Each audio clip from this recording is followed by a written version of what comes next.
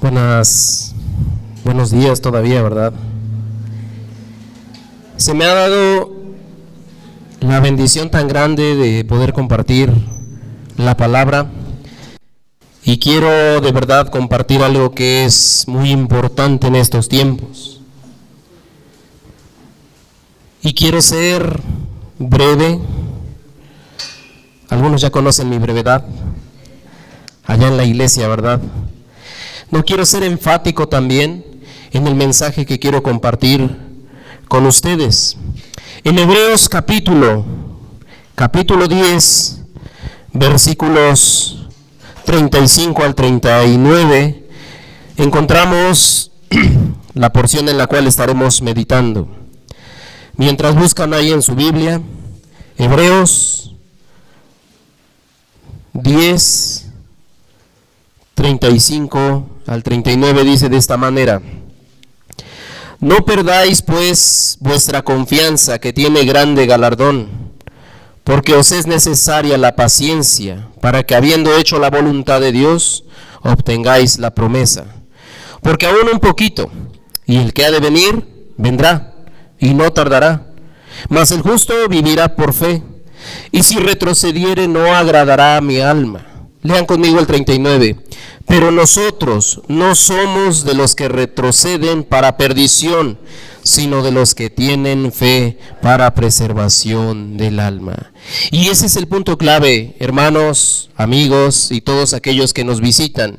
Nosotros no somos de los que retroceden para perdición, sino de los que tienen fe para preservación del alma. Hay dos tipos de personas en este lugar, en la lectura. Y yo sé de alguna manera que dentro de la iglesia también existe este tipo de personas. Hermanos, aquí nos anima el autor de Hebreos, porque toda la epístola más bien es una carta de aliento.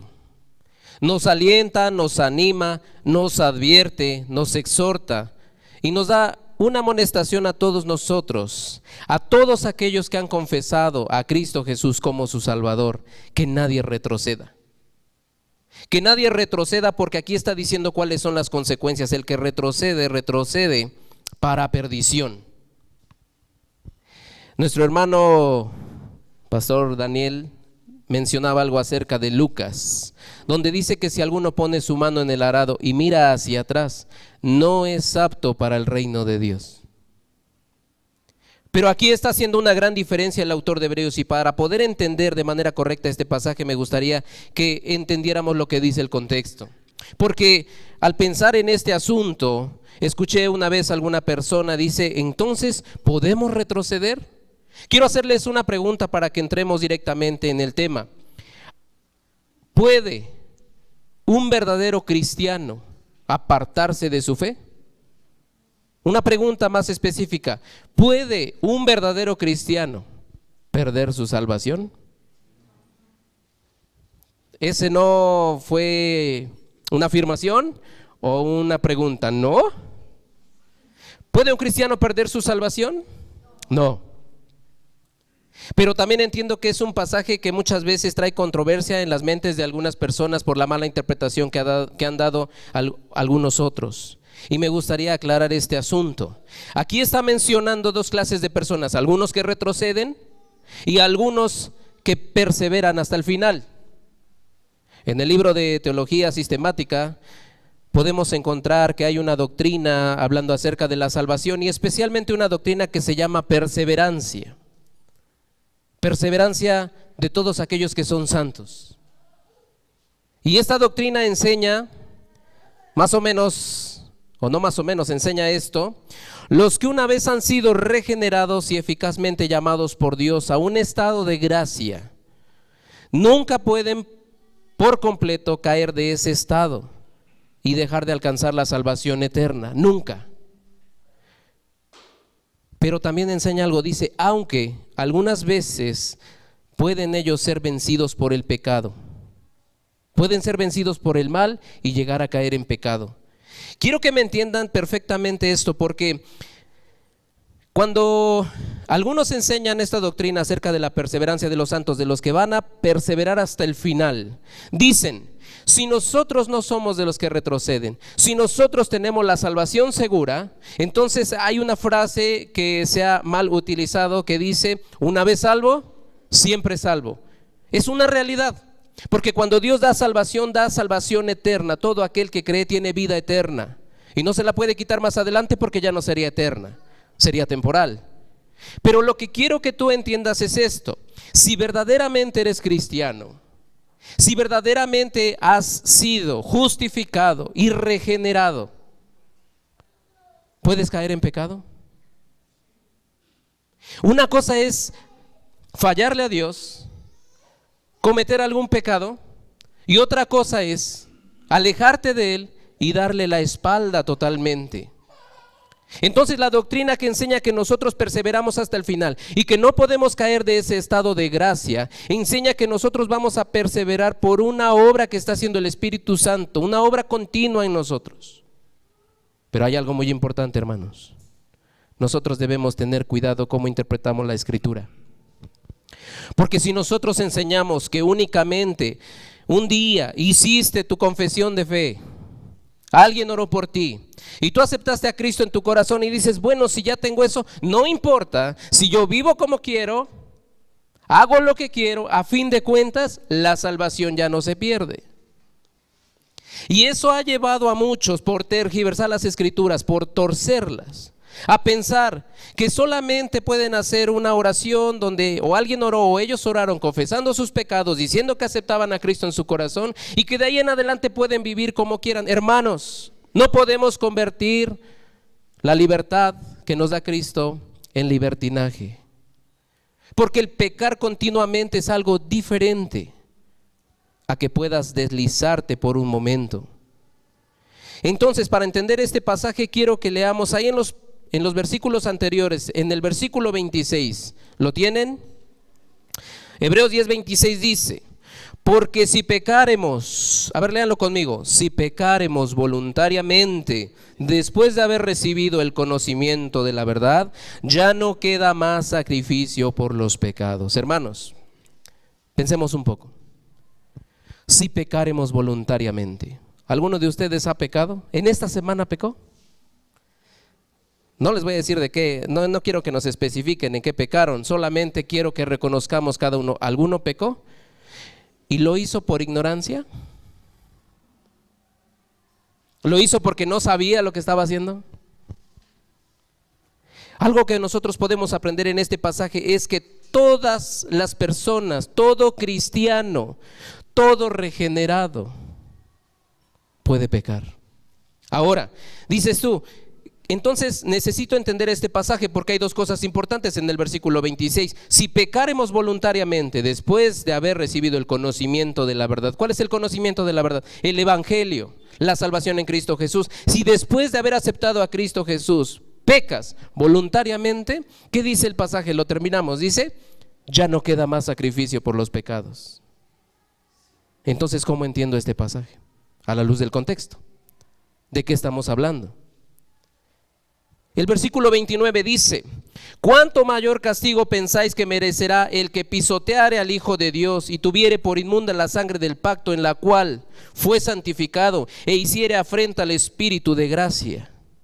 Hay un tema en este capítulo que también se menciona en el capítulo 6. El tema en general es la apostasía. Y la apostasía es dar la espalda a tu creencia, dar la espalda en aquello que habías depositado tu fe. Pero por eso yo les hacía la pregunta, ¿puede un verdadero cristiano regenerado perder su salvación? Porque muchos utilizan este pasaje para decir, ¿ya ves? Aún ya teniendo el conocimiento de la verdad, pecó voluntariamente. No hay quien diga, no es voluntario, porque dice allá en Primera de Juan capítulo 1 versículo 8, si decimos que no tenemos pecado, nos engañamos a nosotros mismos. ¿Quién dice que no tiene pecado? Se está engañando solo. Versículo 10 de Primera de Juan dice, si decimos que no hemos pecado, le hacemos a Dios mentiroso. Así es que definitivamente todo creyente peca después de su conversión, y todo aquel pecado es deliberado, es decir, con toda la intención. Lo que dice el 26, si pecaremos voluntariamente o deliberadamente. Los pecados, grandes o pequeños, como tú quieras llamarle, a fin de cuentas son pecados, tú los hiciste conscientemente. Todo lo que hayas pecado en esta semana, o en estos años, meses. El Antiguo Testamento nos da luz acerca de esto. El Señor, Jehová, hablaba acerca de dos clases de pecados: el pecado de hierro, o de errar, de no dar en el blanco, y el pecado de soberbia. Y para que me entiendan ustedes, la mayoría son casados aquí, algunos sí, algunos no, pero quiero que me entiendan esto. Imagínense que su esposa, bueno, su cónyuge, esposa o esposo, llegue y te diga, pues con lágrimas en los ojos, no sé de qué manera te lo diría, pero que te dijera, ¿sabes qué, esposa, esposo? Te fallé. ¿Cómo que me fallaste? Sí, te engañé con alguien más. Y tal vez tú lo perdones o la perdones. Y ya no va a haber la misma confianza, pero a fin de cuentas lo perdonaste, porque dices, tuvo un error, cometió un error, tuvo un desliz. Pero pasa un mes y viene de nuevo y te dice, ¿qué crees? Es que te volví a fallar. Bueno, espero no sea el caso aquí, ¿verdad? Pero hay algunos que sí perdonarían ese caso, tal vez perdonarían la segunda vez, pero al mes que viene, que llegue nuevamente y te diga, ¿sabes qué? Te volví a fallar, y en lo mismo. Pregunto, ¿perdonarías? ¿Ese es un pecado de hierro o es de soberbia? Tal vez la primera vez te equivocaste, erraste, te resbalaste, no puedes estar. Hay una canción, ¿verdad?, que dice que tropecé de nuevo con la misma piedra. No sé qué hermana lo cante, pero lo escuché ahí en el radio. Entonces resulta que tú no te puedes tropezar 2, 3 veces con la misma piedra, porque ya no es un tropiezo, porque tú ya estás consciente. ¿No es así? Nosotros ahí cerca de la cama, en nuestra habitación donde dormimos, tenemos una repisita. El otro día le digo a mi esposa, te ayudo a tender la cama, le estoy ayudando, se me olvida, me levanto y me pego, pero de esos dolores que te duele todo el cuerpo. Al otro día le dije, te vuelvo a ayudar. Le ayudé a tender la cama y ya venía así y dije, ahora sí no me la vas a hacer. Porque sería, hasta pareciera así, ¿verdad? Parecería tonto estarme pegando cada vez en esa repisa. Pero muchos de nosotros hacemos eso con el pecado. Y un pecado que repites constantemente ya no es de hierro, ya es de soberbia, porque estás totalmente consciente, porque lo haces de manera deliberada. En otras palabras, en nuestras palabras, lo hacemos al propósito. Y hacemos como esos niños que manipulan a los papás. O sea, pecas y como que todavía te quieres burlar de aquella persona. Eso es lo que está dando a entender la Escritura en este pasaje. Entonces, ¿está hablando de cualquier pecado o está hablando de un pecado en específico esta porción de la Escritura? A la luz del contexto podemos entender que el versículo 26, que dice, si pecamos voluntariamente después de haber recibido el conocimiento de la verdad, ya no queda más sacrificio por los pecados. ¿Sabes de qué está hablando? Del sacrificio de Cristo Jesús. Y en el capítulo anterior y todo el contexto del capítulo 10 podemos entender que está hablando de los sacrificios que se hacían en el Antiguo Testamento. Porque está diciendo el Señor Jesús, he aquí vengo, oh Dios, para hacer tu voluntad. Quita lo primero para establecer lo último. Quita estos sacrificios de animales porque ahora viene el verdadero sacrificio. Quita este tabernáculo terrenal porque voy a entrar al tabernáculo celestial, al verdadero tabernáculo, dice el autor de Hebreos, a la misma presencia de Dios. Y es el único medio, la única manera para que tú puedas acceder al Padre. El sacrificio de Cristo Jesús, la sangre de Cristo Jesús. Pero ¿sabes qué? El pecar de manera voluntaria, el pecar deliberadamente, es como querer burlarte de aquel sacrificio. Estas personas, los los que están escuchando esta palabra en esta carta, los destinatarios, son gente judía que anteriormente practicaban estos sacrificios para perdón de sus pecados.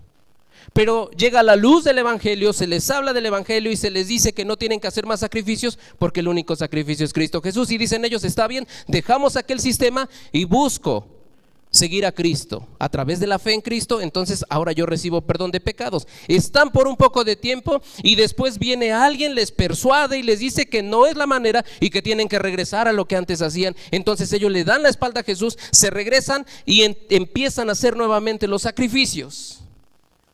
Y en pocas palabras le están diciendo al Señor Jesús, ¿sabes qué? Creo que tu sangre no es suficiente. Y chequen de la manera que lo expresa el autor de Hebreos, dice, verso 29, bueno, desde el 28, el que viola la ley de Moisés, por el testimonio de 2 o de 3 testigos, ¿qué le va a pasar? Muere irremisiblemente. El que viola la ley. Estaba leyendo algunas cosas donde si el hijo era rebelde y hablaba el papá con él y no hacía caso, hablaba otra vez con él, ¿qué hacían con el hijo? Lo llevaban frente al pueblo, lo presentaban delante de todos y ahí decían, este hijo es rebelde y contumaz, no quiere obedecer. Y todo el pueblo agarraba piedras y lo mataban a pedradas. Y estaba leyendo unas cosas de ahí de la ley, de verdad, era tan exigente. Y si la ley era exigente, imagínense lo que es la sangre de Cristo. Dice verso 29, ¿cuánto mayor castigo pensáis que merecerá el que pisoteare al Hijo de Dios y tuviere por inmunda la sangre del pacto? La vez pasada que yo compartí con ustedes, acá en la iglesia Cristo Victorioso, les hablaba acerca de la inmundicia de las mujeres. Esas mujeres, cuando estaban en sus días, en su periodo, dice que ellas usaban unos trapos y toda esa sangre que ellas destilaban se quedaba allí. Mientras tanto, en el Antiguo Testamento encontramos que a esa mujer se le consideraba inmunda y tenía que salir del campamento. Y cuando estaba leyendo esto, de verdad me ponía a pensar, ¿cuánto mayor castigo pensáis ustedes que merecerá el que pisoteare al Hijo de Dios, que tuviere por inmunda la sangre? ¿De esa manera tienen la sangre de Cristo? Al darle la espalda y al decir que no tiene el poder para limpiarte de tus pecados, para perdonar de tus pecados y regresar a un sistema, cuando ellos ya habían salido de aquello. Ese es el pecado al que se refiere. ¿Sabes cuál es el peor de los pecados? Rechazar el único medio de salvación. Esto es Cristo Jesús. Ese es el peor de los pecados. Porque dice aquí entonces, del versículo 29, tienes por inmunda la sangre del pacto en la cual fue santificado y todavía haces afrenta al Espíritu de gracia. ¿Cuánto mayor castigo pensáis que merecerá esta persona? Bien, dicen los versículos anteriores, ¿qué es lo único que le espera? Verso 27, le espera una horrenda expectación de juicio y de hervor de fuego que ha de devorar a los adversarios. Si tú das la espalda a Cristo Jesús, no hay quien te pueda ayudar. Hay una frase que nosotros conocemos que está en la Biblia: si Dios es con nosotros, como Él respaldándonos, ¿quién contra nosotros? Pero si Dios está en contra de nosotros, y no es que Él esté en contra de nosotros, nosotros estamos en contra de Él, o todos aquellos que rechazan este mensaje, si Dios es contra nosotros, ¿quién por nosotros? No hay nadie que te pueda salvar. Y eso es lo que está diciendo aquí. Estos judíos habían decidido retroceder y ya no había más remedio por sus pecados, porque ellos habían decidido voluntariamente alejarse del único medio de salvación. Escúchenme con mucha atención. Una de las evidencias de que se recibe auténticamente el don de la regeneración y la justificación delante de Dios por fe es la perseverancia. ¿Cómo sé si verdaderamente soy cristiano? ¿Cómo sé si esa oración que hice fue sincera? Persevero hasta el final. No persevero para alcanzar la salvación, persevero porque la tengo. Es por eso que la Escritura dice que cuidemos esa salvación con temor y temblor, porque ya la tienes. Si no, entonces la Escritura diría, lucha para que la tengas. Dice, cuidemos nuestra salvación con temor y temblor. Las evidencias de que uno es verdaderamente cristiano es que persevera hasta el fin, no importa las cosas que vengan. El abandono de la fe en Jesucristo, el rechazo de haber creído por un poco de tiempo, no es indicativo de que fue salvo y perdió la salvación. En palabras más sencillas, aquellos que estuvieron un día con nosotros y ya no están, dice, pero él era cristiano. Escuchamos mucho esa frase, él era cristiano, él dirigía, él predicaba, él hacía tantas cosas y ahora ya no está en la iglesia, ya no está en Dios. Era cristiano, pero ya no es. No, hermanos. Cuando una persona está dentro de la iglesia, aparenta cierta fe temporal y después rechaza aquello que había creído, únicamente es un indicativo de que la salvación nunca estuvo en él. Nunca estuvo en él.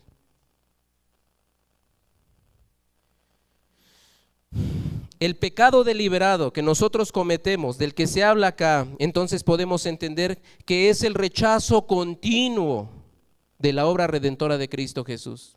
Espero ser claro con este asunto. Si rechazas el único medio de salvación, ahora sí, no hay quien pueda perdonar tus pecados, porque el único que perdona pecados es Cristo Jesús. Hermanos, en el capítulo 3 de Hebreos se habla del pueblo de Israel, que pareciera que por un momento titubeó cuando llegaron ahí en la línea para cruzar a la tierra prometida. Estando allí, vieron la tierra prometida, enviaron unos espías, regresaron y algunos dijeron, sí podemos pasar. 2 en específico y 10 decían, no podemos pasar. Y el pueblo dijo, no podemos pasar. Pareciera que en ese momento estaban titubeando. Pero en el proceso, al estar en el desierto durante 40 años, mostraron que no fue únicamente ese momento donde ellos rechazaron el creer en Dios, sino que todo el tiempo estuvieron rechazando la obra del Espíritu Santo. Por eso dice el capítulo 3, si oyeres hoy su voz, no endurezcáis vuestros corazones como en el día de la provocación en el desierto, donde vuestros padres me tentaron y vieron mis obras 40 años. Y yo vi una sola cosa en ese pueblo, siempre andan vagando en su corazón. ¿Cuándo? Siempre. No es una ocasión, siempre. ¿Y sabes qué dice el Señor? ¿Sabes qué dice el Señor acerca de estas personas que siempre andan vagando en su corazón, tantito sí, tantito no? Porque este pueblo cuando veía las maravillas de Dios decía, este es mi Dios. Y cuando faltaba agua estaban renegando de Dios. Cuando querían pan, decían, ¿para qué nos sacaste para morir en el desierto? Y cae maná del cielo y dicen, ¿este es mi Dios? Y entonces quieren carne y no tienen carne y Dios les manda codornices y comen carne y dicen, ¿este es mi Dios? Y tantito sí, tantito no. Hay gente así dentro de la iglesia. Te enojas con Dios, vas y pecas y dices, a fin de cuentas ya pequé, te vas allá al mundo y empiezas a vivir como quieres y después regresas y dices, bueno, que me perdone. Y un titubear siempre, un pie adentro de la iglesia, un pie afuera. ¿Qué sucede con estas personas? Están siguiendo el ejemplo del pueblo de Israel. ¿Qué pasó con aquellos? Dice el Señor, siempre andan vagando en su corazón y dice, no han conocido mis caminos. No han conocido mis caminos. Hermanos, un verdadero cristiano regenerado, justificado, ¿puede pecar? Escuchen la pregunta, ¿puede pecar? Les voy a hacer como los niños. ¿Puedo comer esto? ¿Y qué le dice la mamá? Puedes, pero no debes. Todo me es lícito, mas no todo me conviene. Todos podemos porque tenemos la misma potencialidad de pecado, pero no debemos. ¿Un cristiano puede pecar? Sí. Y el que diga que no, que levante el que esté libre de pecado, que tire la primera piedra. Yo no pequé en esta semana, hermano, de veras. Necesito de verdad no levantarme de mi cama y estar ahí, aún con tus pensamientos llegas a fallar a Dios. Sí puede pecar, pero escuchen, hermanos. Y se van a ir a su casa, algunos y van a decir, el hermano ya dijo que sí puede pecar.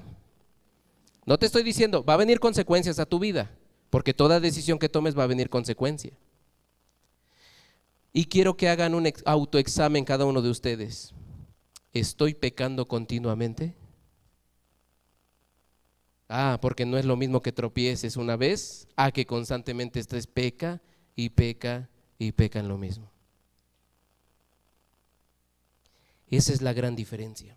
Y yo siento que la parábola del sembrador que nos habla el Señor Jesucristo, ahí nos especifica mucho acerca de esta situación. ¿Puede un cristiano verdadero perder su salvación? No. De antemano te digo que no.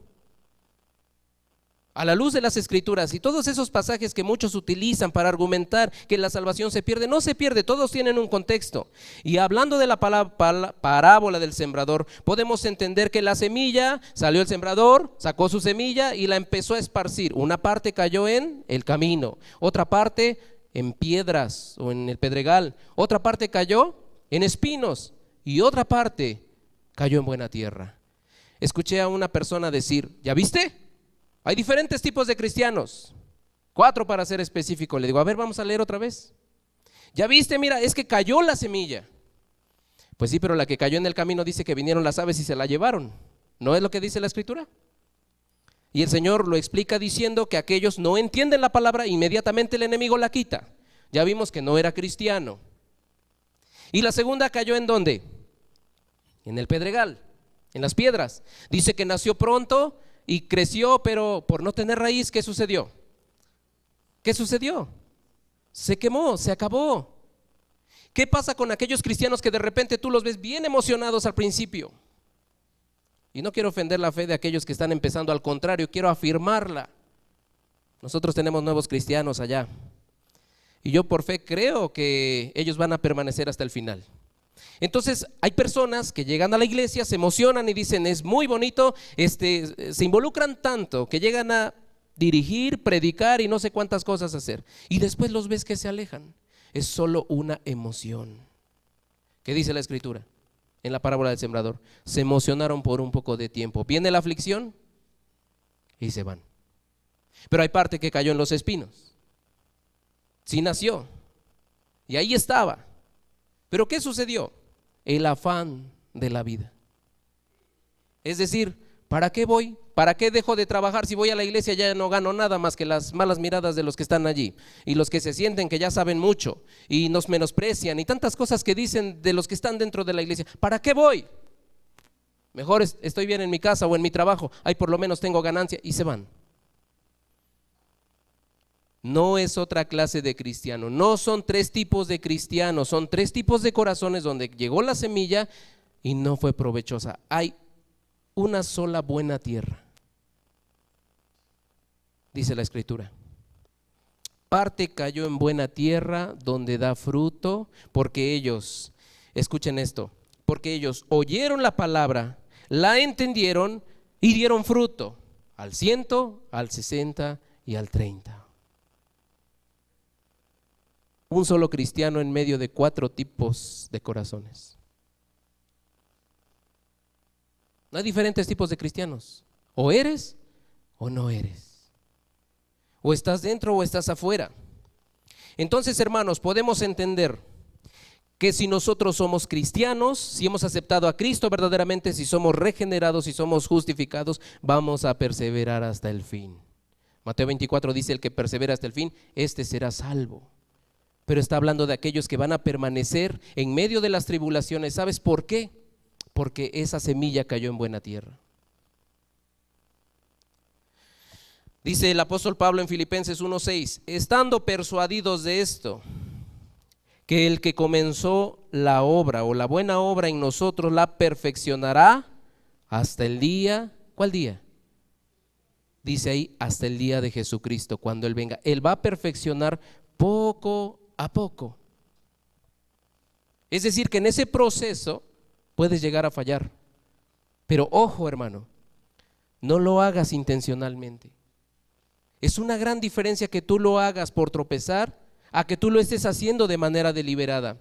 Si tú analizas tu vida y te das cuenta que constantemente estás peca y peca y peca en eso. Me decía un pastor una vez, porque yo le decía: es que, hermano, yo voy a la iglesia, y todo esto se los digo por experiencia propia. Un consejero, le dije a ese pastor: Hermano, es que yo voy a la iglesia, pero no puedo dejar de tomar. Y para vergüenza lo digo.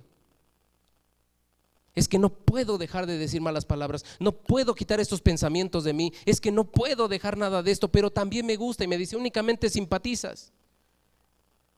Pero me temo, me decía, me temo, mi estimado, que Cristo no ha llegado a tu corazón, solamente ha llegado acá, emocionalmente. Estás a un codo de distancia de ser salvo, un codo de distancia. ¿Por qué? Porque es la distancia que hay de tu mente a tu corazón, un codo de distancia. Señor, pero yo iba a la iglesia, Señor, pero yo esto, pero va a decir, no te conozco. Y ya les prediqué a ustedes acerca de esto. No todo el que me dice Señor, Señor, entrará en el reino de los cielos.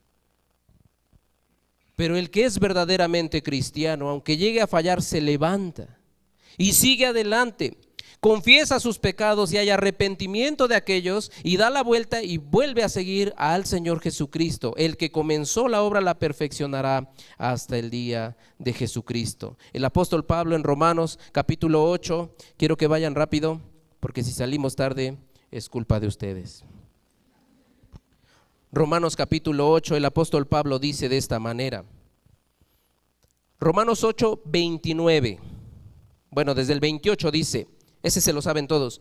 Y sabemos que a los que aman a Dios, todas las cosas les ayudan a bien. Esto es, a los que conforme a su propósito son llamados. Dios llamó a algunos, porque a los que antes conoció, y está aquí la obra redentora desde la eternidad y completa.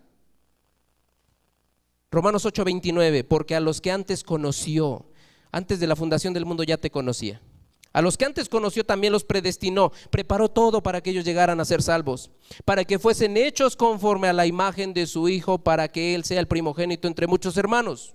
Verso 30, y a los que predestinó, a estos que también los llamó, y a los que llamó también justificó, y a los que justificó, a estos también glorificó. ¿Sabes cuál es el estado de glorificación? Cuando tu cuerpo sea transformado a la imagen de Dios, cuando ya no tengas nada que ver con el pecado, cuando ya no estemos en esta tierra. Y para Dios ya es un presente que aquellos que conoció, los justificó, los llamó, también están ya en un estado de glorificación. Para Dios, todos aquellos que han creído en Cristo Jesús, en su mente eterna, ya estás frente a Él. Para Él es un hecho. ¿Se pierde la salvación? No. ¿Puedo pecar? Sí. ¿No debo pecar? No. Pero si peco vienen las consecuencias. Entonces, el que comenzó la obra la perfeccionará hasta el día de Jesucristo, cuando nosotros estemos en un estado de glorificación con Él. Y Él es un Dios de promesas y va a cumplir esa promesa. Los que han sido regenerados y justificados perseverarán hasta el fin. Y si no entienden las palabras regenerado y justificado, hay los pastores que les prediquen acerca de eso. Pero allá en la iglesia constantemente les estoy hablando acerca de esto. Yo sé que lo hacen, hermanos, yo sé que lo hacen. Ok, entonces la doctrina de la perseverancia de los santos podemos entenderla así, escuchen con mucha atención, es aquella continua operación del Espíritu Santo en el creyente, mediante la cual la obra de gracia divina que ha empezado en el corazón se continúa hasta llegar a ser completa. Los creyentes continúan firmes hasta el fin, debido a que Dios nunca abandona su obra. Hermanos, aguantamos hasta el fin, no por nuestras fuerzas, sino porque el Espíritu Santo hace la obra en cada uno de nosotros. Es Dios quien hace la obra en cada uno. No estás aquí porque eres mejor que otros. No estás aquí porque eres mejor que tu hermano que se quedó allá en su casa. Estás aquí por la pura gracia de Dios y porque Él te sostiene para seguir adelante.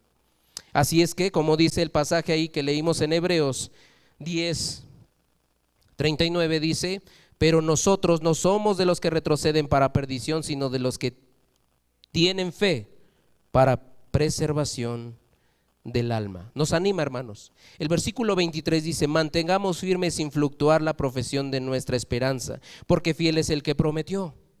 Mantengámonos firmes, hermanos. Verso 35: no perdáis pues vuestra confianza, que tiene grande galardón.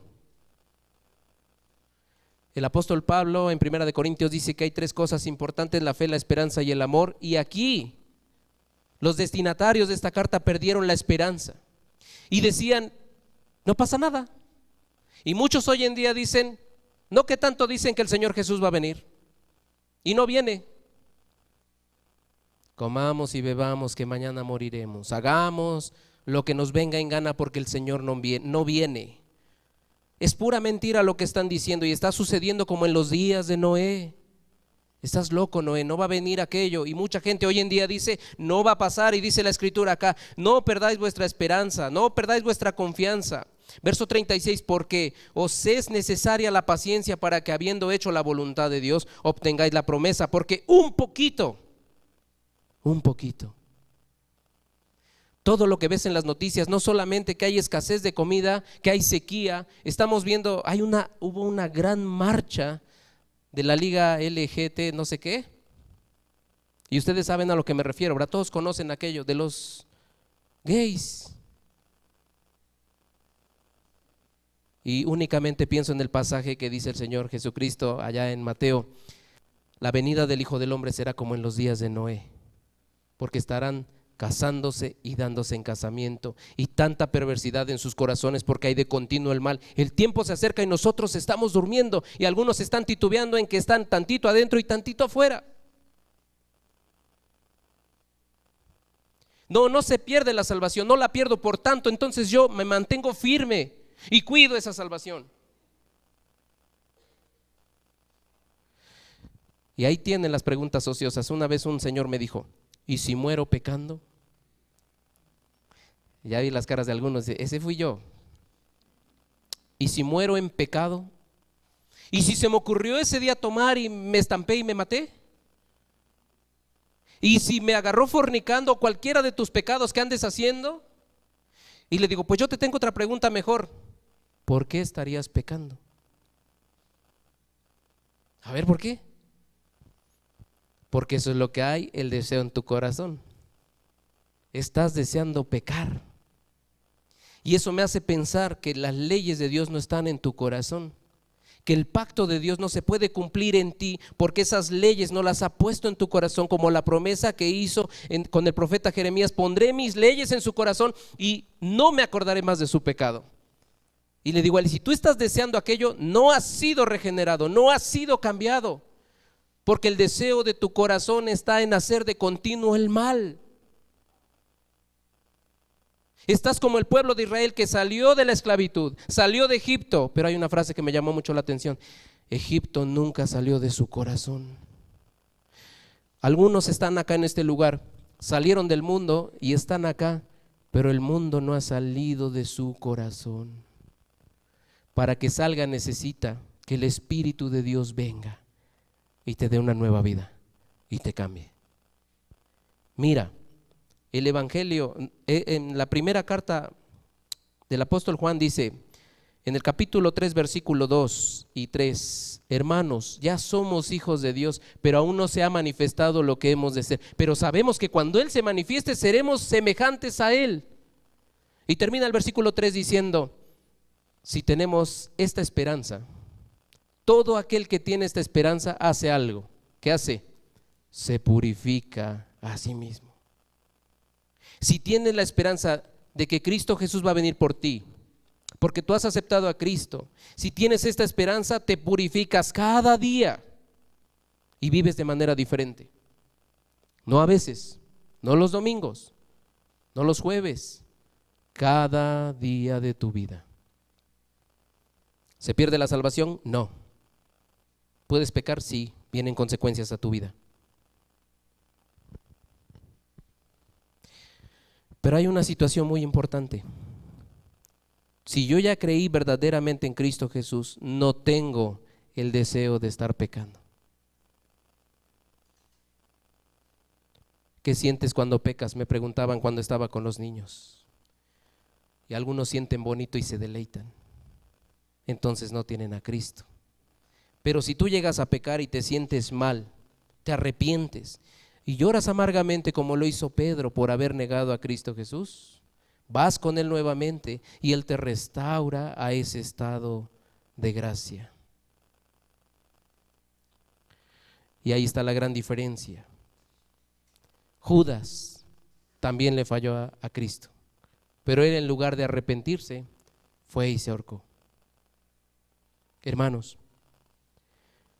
no podemos nosotros darnos el lujo de descuidar esta salvación tan grande. Nosotros no somos de los que retroceden, somos de los que perseveramos hasta el final para preservación del alma. Si de verdad eres cristiano, te preocupas por purificarte a ti mismo cada día. Si de verdad eres cristiano, te mantienes firme en esta profesión de esta esperanza. Si de verdad eres hijo de Dios y eres justificado, mantienes tu lámpara encendida como aquellas vírgenes. Y cuando venga el Señor como ladrón en la noche sin que tú sepas cuándo, entonces estarás preparado para irte con Él por la eternidad. Y no tienes que estar de ocioso pensando, ¿y si me agarra en pecado? Porque tú no deseas pecar. Hermanos, si tienes tanto deseo de pecar, es porque tal vez la gracia de Dios no ha llegado a tu vida. Si tu deseo es pecar continuamente, es porque Cristo Jesús no habita en tu corazón. Y tal vez te dé pena acercarte con el pastor o con los consejeros y decirle, ay, es que yo sí sigo teniendo ese deseo de pecar. Hermano, amigo, puedes ir a tu cuarto, puedes ir a los salones de arriba, puedes ir al patio y doblar tus rodillas y decirle, Señor, creo que no te he dado el trono de mi corazón. Te lo doy en este momento, ya no quiero pecar. Que seas tú quien regenere mi vida, quien ponga una nueva vida en mí, para que yo sea diferente. Pon tus leyes en mi corazón, para que yo sepa cómo conducirme. Y que esa promesa del pacto que hiciste con tu pueblo se cumpla en mí. Señor, cuando tú vengas, que yo esté preparado, porque yo quiero decir estas palabras, no soy de los que retroceden. ¿Podemos decir esto todos? No soy de los que retroceden. Una vez más, no soy de los que retroceden, sino que yo persevero hasta el fin, cuando Él venga el día del Señor. Amén. Dios les bendiga, hermano.